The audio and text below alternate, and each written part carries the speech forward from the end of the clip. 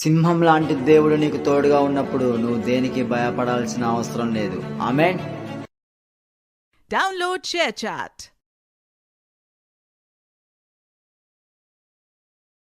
11వ అధ్యాయము 19 నుంచి 26 వరకు చదువుతున్నాం.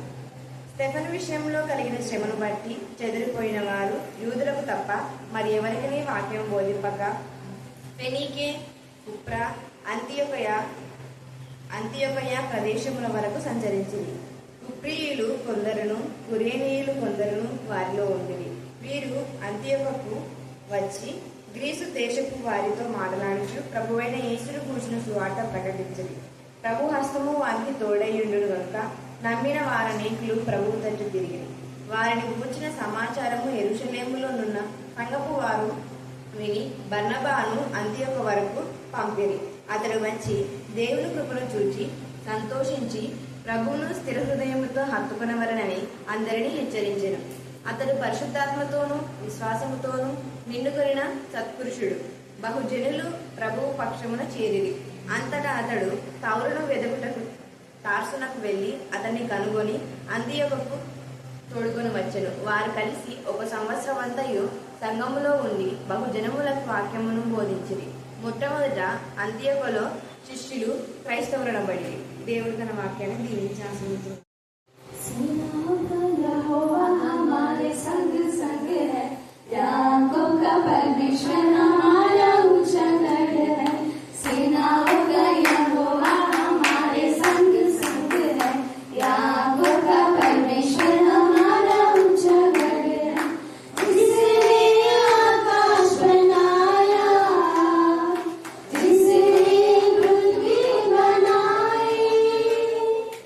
जिसे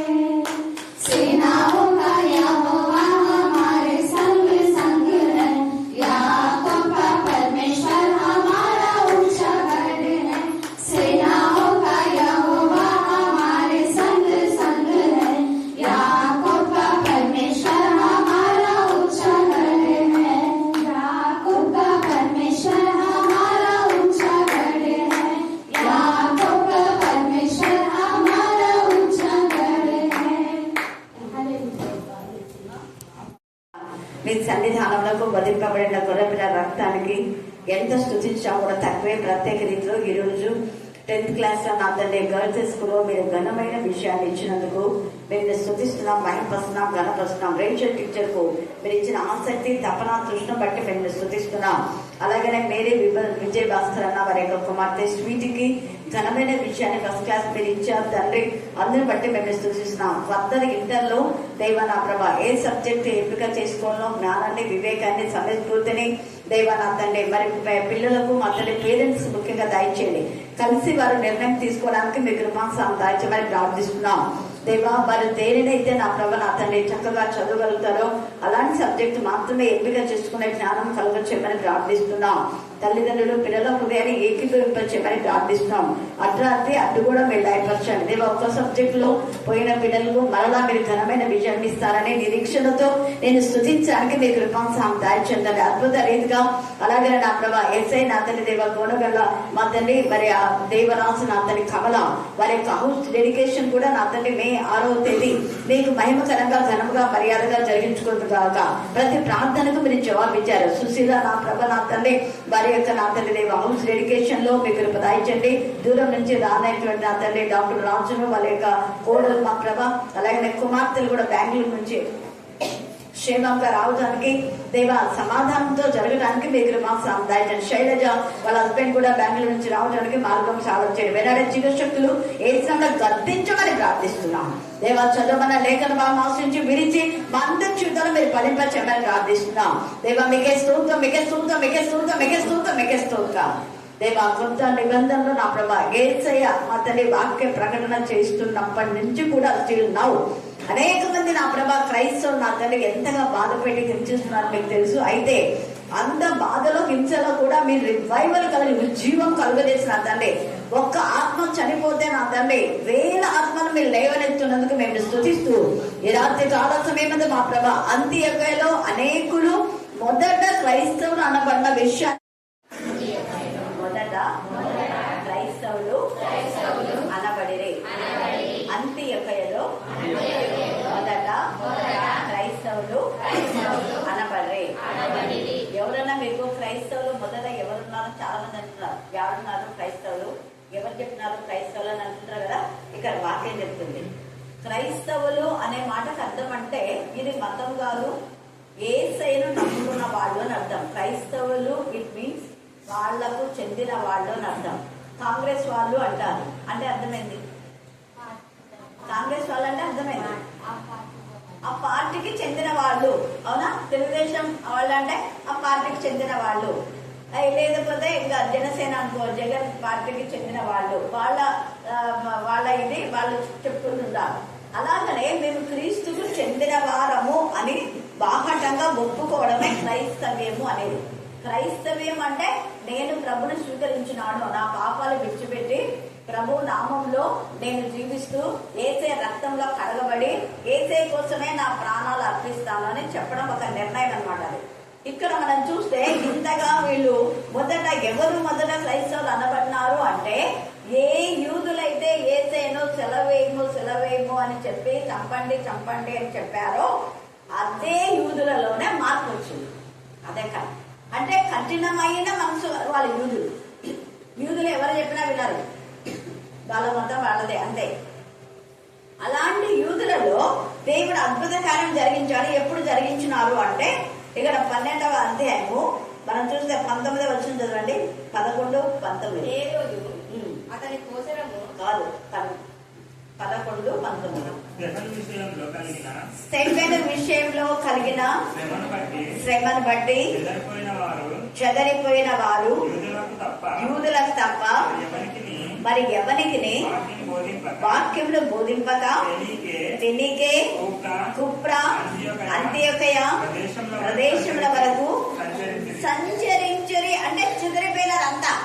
ఎప్పుడైతే స్టెఫెను రాళ్లతో కొట్టి చంపారో అప్పుడు అందరికి ఏమైపోయింది, భయం అయిపోయింది. అయితే కొంతమంది మాత్రం అక్కడ ఉన్నారు. కొంతమంది అంటే పౌలు, యేసు ప్రభు యొక్క శిష్యులు చాలా మంది చెదిరిపోయినారు. ఆ చెదిరిపోయిన వాళ్ళలో బర్నబా కూడా యేసు ప్రభు యొక్క శిష్యుడే. అయితే ఈ బర్నబా ఎంత ధైర్యం చూడండి. స్టెఫెన్ చంపారు అని తెలిసి కూడా వీళ్ళు ఎవరికి బోధిస్తున్నాడు బర్నబా అంటే యూదులకు. ఏ యూదులైతే యేసేను అసహించుకున్నారో అదే యూదులకు చెప్తున్నాడు. మీ యూద, మన యూద దాంట్లో నుంచే కదా యేసై వచ్చింది. మరి యేసే దేవుని కుమారుడు అనడానికి ఇన్ని సాక్ష్యాలు ఉన్నాయి. ఇన్ని గ్రంథంలో మరి యెషయా ప్రవచించినాడు, మీకా ప్రవచించినాడు, ఇర్మియా ప్రవచించినాడు, ఇవన్నీ ఉన్నాయి కదా. అవి లేకపోతే కదా మనం అబద్ధం అనుకోవాల్సింది. ఇన్ని చూసిన ఆయన జననము అద్భుతమే, ఆయన మరణము అద్భుతమే, ఆయన తిరిగి లేవడం అద్భుతమే. ఆయన మళ్ళా రాబోతాడు. వచ్చేటప్పుడు మనం దేవుడికి కోపం తెప్పించవద్దు. నోవహు కాలంలో ఇక ఎప్పుడు నేను 40 రోజులు రాత్రి మగళ్ళు ప్రచండ వర్షం కురిపించి దేవుని కోపం తెప్పించి నరులను చేసేందుకు సంతాపడి అందరినీ నాశనం చేశాడు దేవుడు. ఆయన చేసిన వాళ్ళే, ఆయన చేతి యొక్క సృష్టే. వాళ్ళంతా నా పిల్లలే అన్నారు. మరి ఆయన పిల్లలు ఆయన ఎందుకు అనుకుంటాడు అంటే వాళ్ళు అపవాది పిల్లలు అయిపోయినారు. వాళ్ళు అపవాది పిల్లలు అయిపోయి భూమిని అంతా కూడా పాడు చేశారు. ఏదేని వనం వల్ల ఉంది భూమి. ఎప్పుడు అవాదం పాపం చేయనంత వరకు. మొదటనే ఏదేని తోడు చేసినాడు దేవుడు. మొదటనే ఏమి ఇష్టమైంది దేవుడికి? నరుని కంటే మొదట దేవుడికి ఏమి ఇష్టం? కరెక్ట్. ఏదేని తోడు ముందే వేశాడు. తర్వాత చాలా ఏళ్ల తర్వాత మానవం చేశాడు.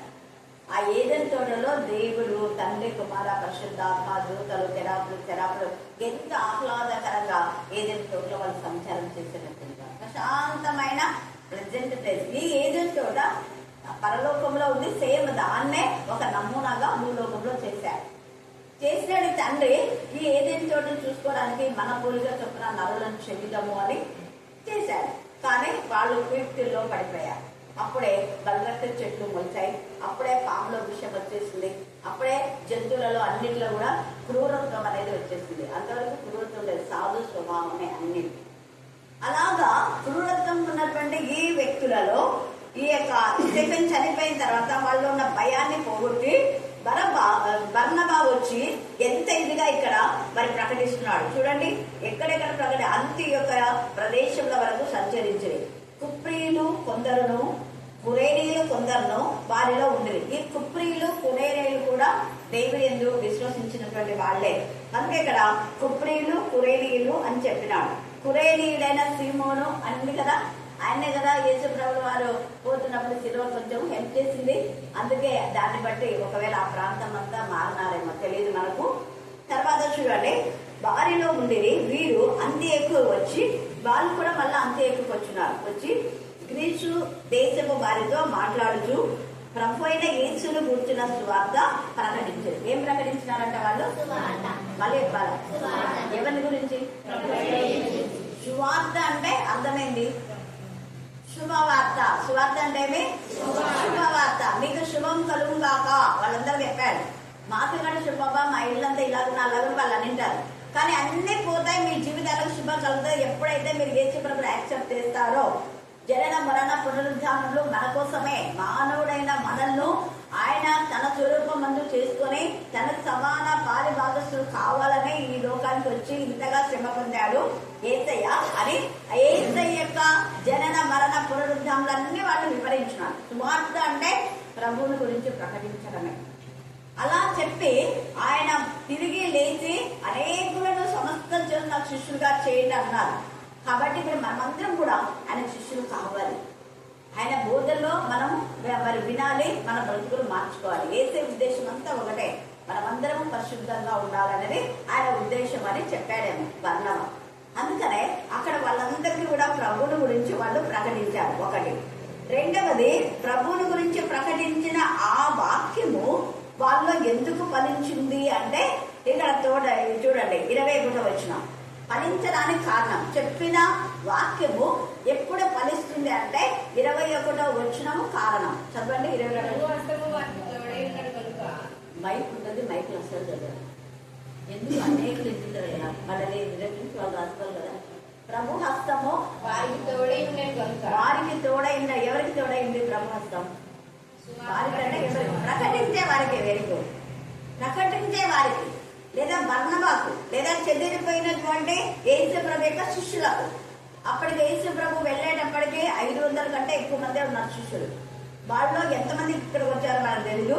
మొత్తానికి ఆ యొక్క శిష్యులకంతా కూడా ప్రభు యొక్క హస్తం వారికి తోడైందని కనుక నమ్మిన వారు అనేకులు ఒక్కరు కాదు, ఎంతమంది అంట, అనేకులు ప్రభు తట్టు ఇది ఈ రాత్రి కాల సమయమందు వాక్యం విన్న మనం ప్రభు వైపు తిరుగుతున్నామా, లోకం వైపు తిరుగుతున్నామా, మనుషుల వైపు తిరుగుతున్నామా, లేకపోతే చేతిపడి మంత్రిగా క్షుద్ర శక్తుల వైపు తిరుగుతున్నామా, ఆ నెమలి పింజం వైపు, చిలుక పంచాంగాల వైపు.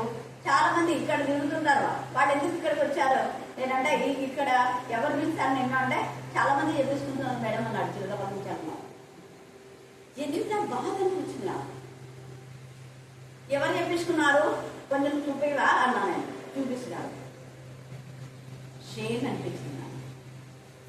వీళ్ళకి సిగ్గెక్క లేదు. వీళ్ళకు చర్చిలో పోయి ఎంత చక్కగా పాట పాడతారు. మళ్ళా పాట పాడేవాళ్ళు చిలుక పంచాంగంతో ఏం పని ఉంది? మనల్లో ఇప్పటికీ కూడా యాంగ్జైటీ. పాట పాడతారు, ప్రాణం చేస్తారు, దేవుడి పైన నమ్మకం ఉంది అంటారు. మళ్ళా చిలక గురించి చెప్పుతురా. అదో మా పిల్లల గురించి చెప్పు. మా పిల్లకి ఇంకా పెళ్లి కాలేదు, మా పిల్లలకి ఇంకా పిల్లలు కాలేదు, నేను ఇల్లు కట్టుకోవాలా, మా మీద ఎవరో చేతిబడి చేస్తున్నారు కదా, ఆ చిలకాకి వీళ్ళ మీద ఎవరో చేతిబడి చేసింటే అది ఊపుకుంటూ ఊపుకుంటూ తీస్తారు. అవునమ్మ చేసినారంట. దానికి నేను చేస్తాను విరుగుడు, ఒక 1000 వేయండి, 2000 వేయండి, బియ్యం దాపో, కొబ్బరి దాపో, జీడిపప్పు దాపో. ఇదంతా ఎవరికి జరిగింది తెలుసా? మన అక్కమ్మ. దాదాపు 70,000 అయ్యేది ఆ ఖర్చు పెడుతున్నారు. తర్వాత నేను చెప్పిన మీరు చాలా ఖర్చు పెట్టి వాళ్ళకి ఇచ్చినారు, కానీ వాళ్ళంతా దోపిడీ చేసి మిమ్మల్ని అంతా నాన్నక చండాలమైన పనులు చేస్తున్నారు, ఫస్ట్ అది తీసేసేయడన్నా. వెంటనే ఒక్క మాటలో తీసేసినాడు బాబా. వాళ్ళ ఇంట్లో వాళ్ళు కట్టినవన్నీ తీసి పడేస్తున్నారు.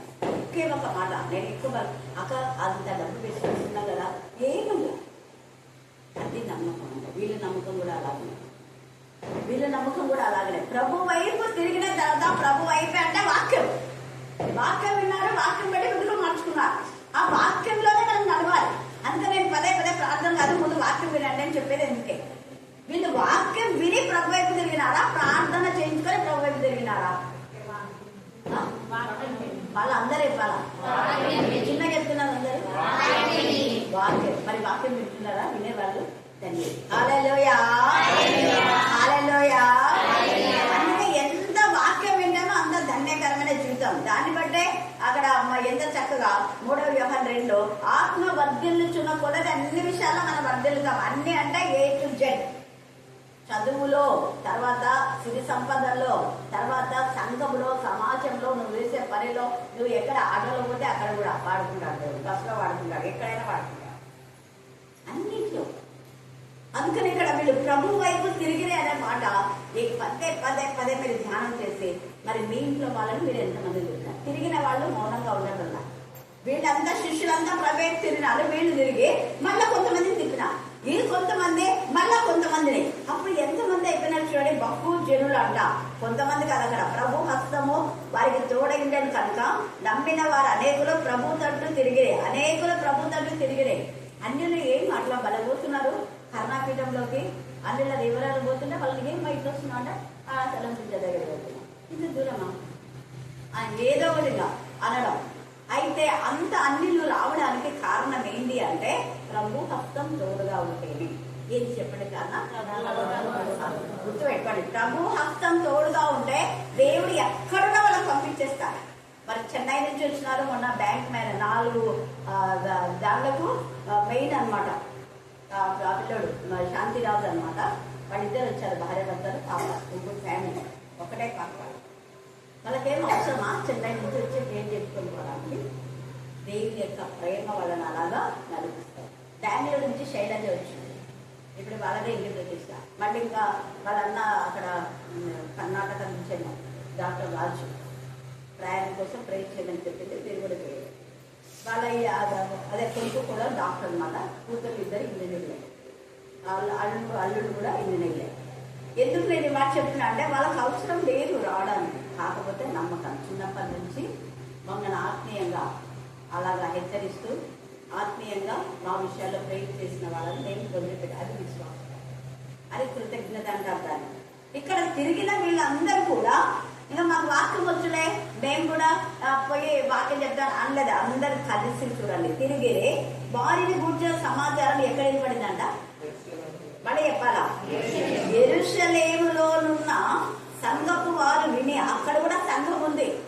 యెరూషలేములో ఉన్న సంఘపు వారు విని, మీరే చూసుకోండి, మాదే మా యొక్క యెరూషలేములో ఉన్న వాళ్ళకు మేము పెళ్లి చేస్తాం, మా యెరూషలేములో ఉన్న వాళ్ళకు సమాధులు కడతాం, మీరే అన్నారా?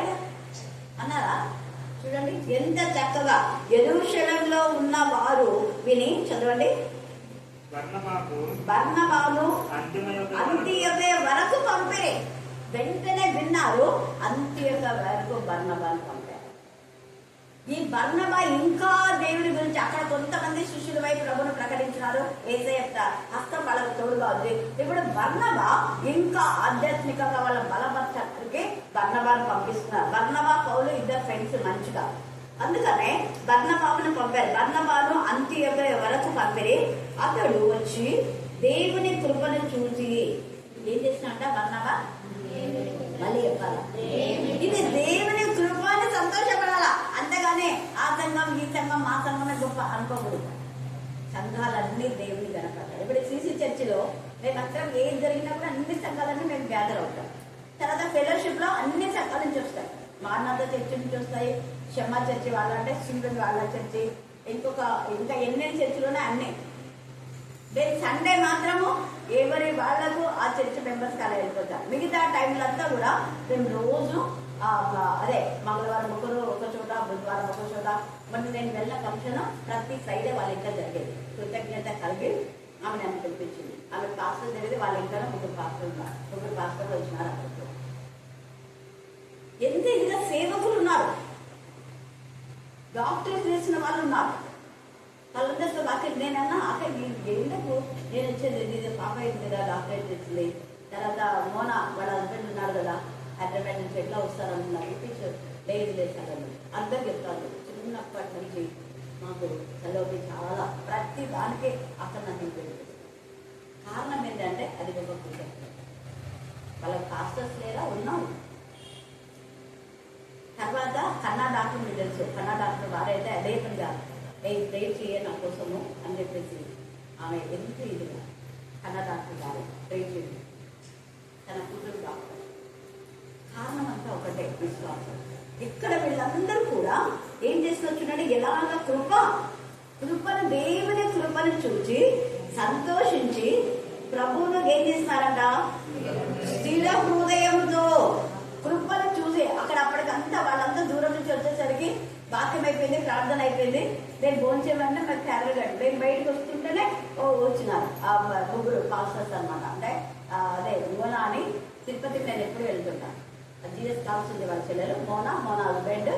తర్వాత పాపాయ రాజా డాక్టర్ వచ్చింది 2-3 టైమ్స్. ఫ్రైడే వాళ్ళ ఇంట్లో ప్రేర్ పెట్టేవాళ్ళం కదా. పాప వచ్చి అయ్యో అక్క ఇది మిస్ అక్క ప్లీజ్ వెయిట్ అని అంటుంది. లేదమ్మా ఇప్పటికే టైం అయిపోయింది, మళ్ళీ నైట్ కదా లేట్ నైట్ అవుతుంది, నేను వెళ్ళాలి అనేసి వచ్చిన. కొంచెం వాళ్ళు ఎంతో సంతోషపడ్డారు. నిజంగా అదేంటి నేను వచ్చే వరకు ఉండాలి కదా వాక్య అనే ఏమన్నా. అవును నిజంగా టైం ఏంది నిజంగా లేదు, కానీ మాకు ముందు తెలియదాక, మాకు ముందు మీరు వస్తారని తెలియదు, అసలు మీరు మెసేజ్ ఇస్తారన్న టాపికే మాకు రాలేదు. వాళ్ళు ఎంత బాధపడ్డారు, లేకపోతే మేము ముందు చేసుకుని వచ్చేవాళ్ళు. అయినా మళ్ళీ ఒకసారి కలుద్దాం అక్క ఖచ్చితంగా ఓకే అన్న. ఎందుకు నేను ఈ మాట చెప్తున్నానంటే వాళ్ళు సంతోషించినారే కానీ మేము పాస్టర్స్ ఉంటే మాతో చెప్పించలేదే అన్నా. అసలు వాళ్ళ సంతోషం ఎంత సంతోషం, ఎన్ని ఏళ్ళ తప్ప చూసాను. దాదాపు 15 సంవత్సరాలు అవుతుంది. ఎంత సంతోషపడింది మోనా. ఇప్పటికీ నాకు కాంటాక్ట్స్ ఉంది కదా పాప. అందుకే కృపను దేవుని యొక్క కృపను చూసి సంతోషించాలే కానీ వీళ్ళేది వాక్యం చెప్పేది మేమే చెప్పాలి అనడమే అవివేకం. దాన్ని ఎవరు పిలిస్తే నేను ఫస్ట్ చెప్తా, పలానా వాళ్ళు ఉన్నారు కదా వాళ్ళు వస్తారట, కానీ మీదే వాళ్ళదే అన్నారు. ఇట్లనే అన్నారు. హల్లెలూయా హల్లెలూయా. ఇప్పుడు రేపు సీరియల్ చర్చి పాస్టర్ వస్తాడు, సజీవన్ పాస్టర్ సరజరించినది కదా వాళ్ళ తమ్ముడే వాక్యం చెప్పారు. వాక్యం వాళ్ళు చెప్పినా అతను ఖచ్చితంగా వచ్చి ప్రేర్ చేయడం, గోడిద్దరి కట్టి కూడా చేయాలి. సరేనమ్మా ఫ్రైడే కదా అంటే ఎవరికని ఇచ్చినాక మేము ప్రతి ఫ్రైడే ఇవ్వటం లేదు కదా, ఒక ఫ్రైడే ఎవరో చేస్తారు. అంతే దిగ్గరికి ఇచ్చిన రేపు హల్లెలూయా, హల్లెలూయా. చూడండి ఎంత సంతోషం, దేవుని యందు నమ్మిన బిడ్డలకు సంతోషం అవుతుంది. ఇక సంజీవన్ చూస్తే ఇంకా సంతోషపడతారు. చాలా ఒక 3 years అయింది. చూడండి, దేవుని కృపను చూసి సంతోషించి ప్రభువును స్థిర హృదయంతో హత్తుకున్న వాళ్ళని అందరినీ ఏం చేసినట్ట హెచ్చరించారు. ఒకప్పుడు మన సంఘాలు కూడా ఎట్లా తెచ్చి కాస్తున్నాడు సంజీవన్, నెక్స్ట్ వేయించుకోండి, మీరు పిలిస్తే వస్తానన్నా. నేను చెప్పినప్పుడు అక్క వాళ్ళ కిలోమీటర్ ఇవ్వక నేను వస్తానని నేను వదిన అవుతా, కానీ నన్ను ఎప్పటి నుంచో అక్కనే అంటారు వాళ్ళంతా ఇంట్లో అంత బేబక్క అంట. వీళ్ళు ఏం చెప్పలేదు. ప్రార్థన మందిరం వాళ్ళు వెంటనే ఇన్వైట్ చేసుకున్నారు. హల్లెలూయా, హల్లెలూయా. మన వాళ్ళకి ఎలాంటి వాళ్ళని పిలిపించుకోవాలని తెలియదు, గర్వం. వాళ్ళ ఇష్టమైన సరళమైన బోధకులు వాళ్ళు ఏర్పాటు చేసుకుంటే మన ఎమ్మెల్యేలు ఖచ్చితంగా అవుతుంది. చూడండి ఇక్కడ అందుకనే పరిశుద్ధ ఆత్మతో హెచ్చరించినాడు. అక్కడ హెచ్చరికలు అంటే మనలో నచ్చావు, హెచ్చరికలే ఉండకూడదు. అన్ని వాళ్ళు చేసే తప్పులంతా సమాజ లోకంలో ఎవరున్నారులే, ఎవరు నీతి మందులు లేడు, ఒక్కడు కూడా లేడు కదా. కాబట్టి ఏం తప్పులేదు చేసేది. ఎప్పుడోసారి మాట్లాడలే నాకు తెలుస్తాను ఇట్లా అంటే వాడు ఇంకా పాపం. చూడండి, హెచ్చరించాను. తర్వాత అతడు పరిశుద్ధ ఆత్మతోనూ విశ్వాసంతోనూ నిండుకొనిన సత్పురుషుడు. ఇది అండర్లైన్ చేసుకోండి. ఎవరు వైపు వాక్యం చెప్తే అనేక మంది వస్తారు, ఎవరు హెచ్చరిస్తారు, ఎవరు గద్ది చెప్తారు, ఎవరు బుద్ధి చెప్తారంటే పరిశుద్ధ ఆత్మతో నిండుకొనిన వారు సత్పురుషులైన వాళ్ళు మాత్రమే హెచ్చరిస్తారు. బర్నబా క్యారెక్టర్ చూడండి. బర్నబాను అంతేగా పంపే అతడు వచ్చి దేవుని కృపను చూచి సంతోషించి, అయ్యో యూదులలో ఇంతమంది మారదా, చాలా సంతోషం అని. ఇగో యూదులారా, మీరు మళ్ళా ప్రధాన యాజకులంట పెద్దలంట వాళ్ళు చెప్తే పోవద్దు, అట్లా ఇదే ఫెలోషిప్ లో ఉన్నారు. మీరు మారిన ఈ మందరు వదలొద్దు, మీరు ఈ సహవాసాన్ని వదలొద్దు. రొట్టె మించుడు ఎందుకు సహవాసాలు ఏడాది ఎక్క ఉందా. వాళ్ళ సన్నిధిని సభ వాళ్ళంతా ఆ యొక్క సమాజ మందిరంలో ప్రభు వల్ల వాళ్ళు తీసుకోరు, వాళ్ళని వేరే. అందుకనే ఈ సహవాసంలోనే మీరు ఉండాలని హెచ్చరించారు. నాకు తెలుసు మీరు యూదులు కదా, ఖచ్చితంగా వాళ్ళు వచ్చి మిమ్మల్ని ప్రజలు తెస్తారు, కానీ పోవద్దు. మీరు అప్పటి నుంచి మా దగ్గర సమాజ మందిరంలో కదా వస్తుంది, ఇప్పుడు మారి అయిపోతారా అంటారు. ఎన్ని హెచ్చరించారు, పోవద్దు. ప్రభు మీతో మాట్లాడినాడు, పరిశుద్ధాత్మను తాకింది. లేకపోతే యూదుల నుంచి మీరు మారటమైంది. అసలు యూదులు అంటే ఎంత రెబెలియస్ గా ఉంటారు, ఎంత తిరుగుబాటుదారులు అంటే మిగిలిన ఇశ్రాయేలులో నుంచి కూడా అవన్నీ చెప్పాడు బరబ్బా. అందుకే వాళ్ళంతా ఏకఖండంలో లేదు వెళ్ళం అయితారు, మాకు ఎంత తీసుకొచ్చి మేము ఎంత చీకట్లో ఉన్నాం మాకు అర్థమైపోయింది. పైకి భక్తి అన్నది అర్థమైపోయింది. ఇప్పుడు నిజమైన భక్తి తెలుసుకున్నాం అని ఉంటారు నాకు తెలిసి. అందుకే నమ్మిన అనేకులు ప్రభుత్వం తిరిగి అప్పుడు బర్నబాను పంపారు. బర్నబా కృపను చూసి సంతోషించి ప్రభుని స్థిర హృదయంతో హత్తుకున్న వలనని, అదే ఏమని హెచ్చరించినాడు, స్థిర హృదయంతో. మళ్ళీ అటు ఇటు పోదండి, ఏంటంటే స్థిర హృదయంతో మీరు హత్తుకోండి. మళ్ళా ధర్మశాస్త్రం అంట అవి ఇవి మోషే ఇలా చెప్పాడు అలా చెప్పాడు, యేసు ప్రభును ఎవరు అందో ఆ పేరు ఎత్తొద్దండి, బ్యాప్టిజం ఏంది ఇవన్నీ లేవు, పరిశుద్ధాత్మ ఏంది ఇవన్నీ లేవు అంటారు వాళ్ళు. స్థిరమైన హృదయం, ఋతు స్థిరమైన హృదయంతో మన రాయంతో స్థిర హృదయంతో అక్క చెప్తుంది ఎమ్మెల్యేమాట. చూడండి, స్థిర హృదయంతో హత్తుకున్న వాళ్ళని అందరినీ ఒక నైట్ హెచ్చరించింది.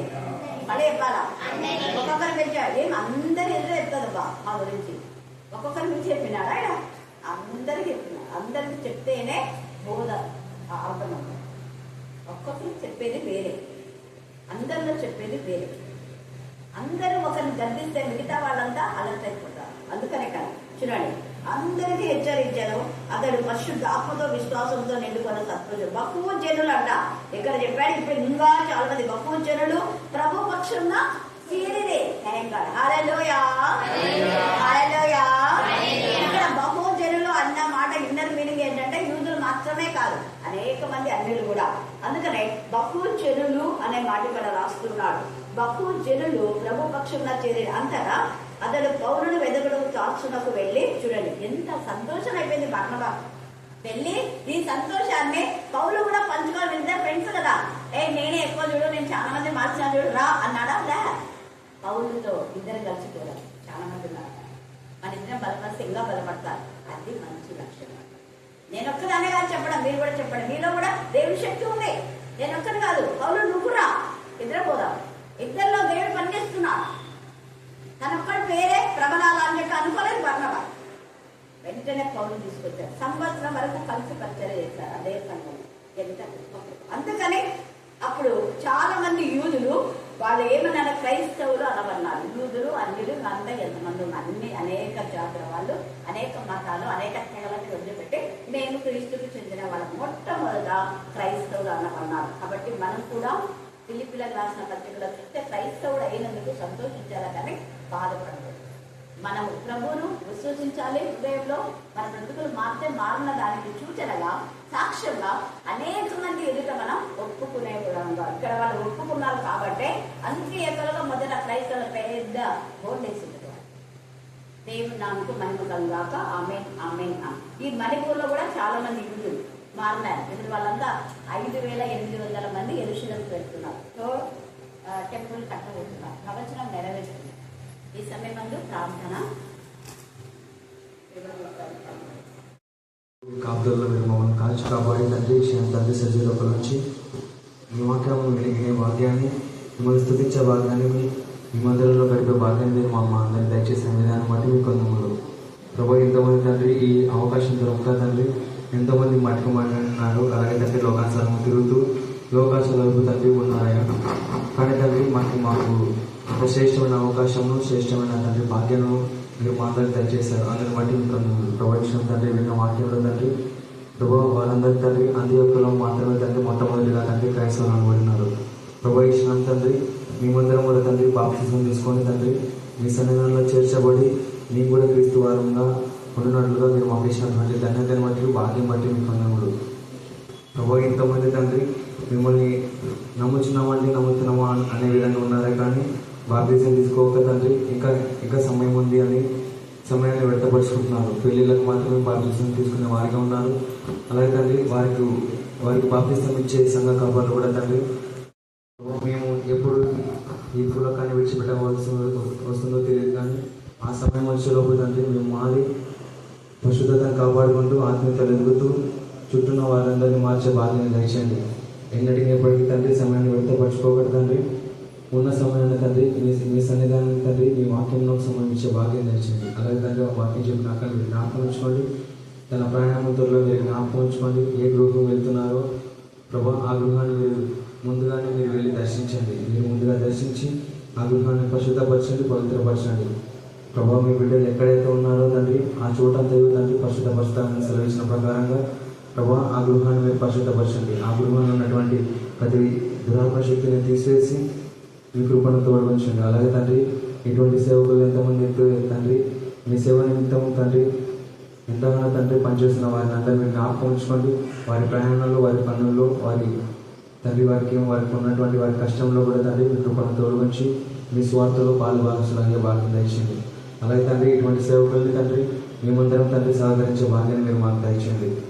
అలాగే తండ్రి వచ్చిన ప్రతి ఒక్క బిడ్డను మరొకసారి జ్ఞాపకం ఉంచుకొని మీ కృపను తోడుగుంచి మీ కనితనమును తోడుగుంచి వారిని రక్షించి వారికి ఉన్నటువంటి ప్రతి అవసరతను మీ చిత్తానుసారంగా తీర్చిదివ్వమని ప్రార్థిస్తూ క్రీస్తు పరిశుద్ధ నామమున వేడుకుంటూ పొందిన పరమ తండ్రి ఆమేన్.